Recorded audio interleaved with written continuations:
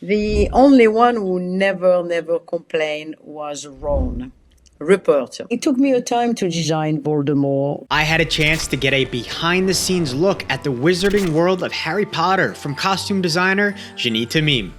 When I met Alfonso Cuarón for the first time, we were talking about what we thought about the franchise, and I thought it was looking like a Christmas Carol. And I said to him, I will do it much more modern, much more down to earth. Gryffindor, Hufflepuff, Slytherin, and Ravenclaw all have gowns that are predominantly black. So, Temime decided to add detail to differentiate between the houses. It took some convincing of the producers, but she was able to make the gowns pop.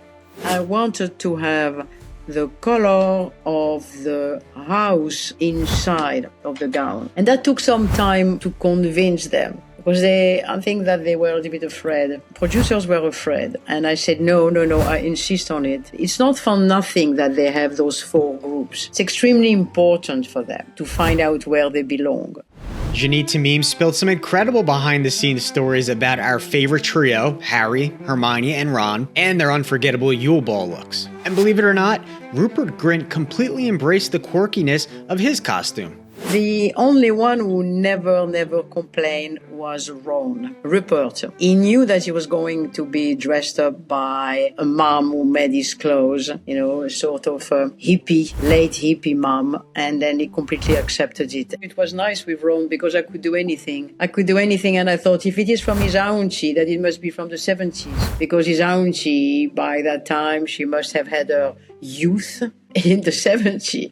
So I dressed up something a little bit 70s with the collar and the little lace. And he loved it. The more the merrier with him. It was fine with him. We could never go far enough. We all remember Emma Watson's head-turning entrance revealing Hermione's stunning dress. Hermione was difficult. But I knew that I wanted different color on her and I wanted something. I knew what I wanted, actually. And then she wore it. Because it had to be Sweet 16, you see. It had to be the first girl. So it had to be sweeter than sexy. And it had to be the first. It was a lot on that dress. Oh, look at that. Stylish. Lucky man. Harry, the boy who lived. What would be appropriate for the chosen one to wear at the Christmas formal? And did Daniel Radcliffe approve? I wanted a gown, a white tie. So I started by the white tie, and then I thought I have to do a sort of evening gown and an evening version of the gown. And I remember that Daniel was the first one that I fitted. And I went to his house because he was at school, and I fitted that, and his mom thought he was so beautiful. So I thought if his mom liked it, that must be good then. So then we did, 150 more of those in different fabric, because you had a rich kid, a second-hand kid, exactly like now when you go to one of those student ball. It is very traditional in those high school. How did the costume design evolve as the series progressed, especially as the characters aged and the tone got darker? It came naturally darker because the kids were older. So it was something very organic, actually. On the point of view of the kids, their role, their personality was much more established because they were older, so they could think more about who they were. They were in full teenager traumas. So they had love story, they had hate, they had friendship, they had breakup. They had a lot more story going on between them, which allowed also a much more personal approach in their costume. Temime was responsible for every single outfit seen on screen, including the background extras. So, not only did each person need a costume, there needed to be multiple sets made for stunt doubles, flashbacks, and the different scenarios the scenes called for. Think about when Harry and Dumbledore were surrounded by flames in the Great Lake, or Neville Longbottom in Deathly Hallows Part 2 at the Battle of Hogwarts.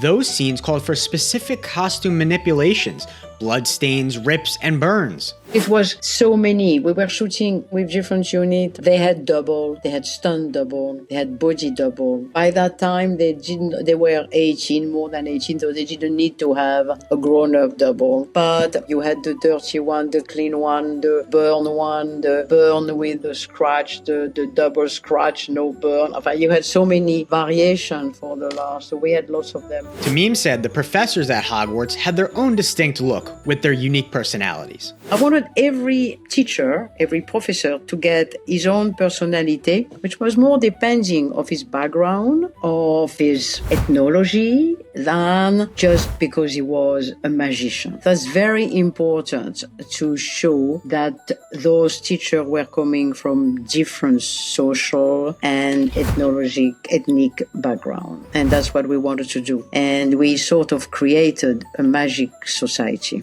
Were there any hidden costume details that fans might have missed? The embroidery on Dumbledore, they are Celtic because Dumbledore is coming from there. I always thought that Maggie Smith was a very chic character. I always thought that she was a woman of a certain dignity. So I always gave her a robe, which were quite sort of fashionable, something that would like to wear. A little bit coquette. With Severus Snape, it was Tamime's choice to dress Alan Rickman in a dark blue. And unlike the other characters, his costume would not change throughout the entire series. There was one scene in particular that stood out that highlighted not only the great costume work, but Rickman's immense talent. I still have emotion when I talk about Alan Rickman, who never miss. He had a cape on top of his suit, and I remember a scene in the bathroom where he had to walk in and kneel in front of Harry Potter, and he did that for 15 takes, and 15 takes. The cape was amazingly displayed behind him. He was coming in, turning his feet, and wow, the cape was perfect. And that's really Rada. I don't know, that's such a education. From the head of House Slytherin to the heir of Slytherin, Lord Voldemort. His costume was designed to show his smooth motions, very much like the emblematic animal of the house. It took me a time to design Voldemort because I just wanted the movement. So I did lots of sketches for Refine, and finally he chose what I liked, which was this movement, and the color was dark green because he's a Slytherin. And then after that we had the silk because he's moving, like a snake, it came little by little, and then it was beautiful. I used different sort of silk, and the weight of the silk made a sort of control and looseness of the movement. It was all in the movement, his costume. Tamime's time on Harry Potter spanned a decade across 6 films. Her work is admired all over the world, seen in the films, merchandise, theme parks, and attractions. Thanks so much for watching. Comment down below and tell us what your favorite costume from Harry Potter is. And stay tuned for more exclusive behind-the-scenes insights from your favorite TV shows and movies.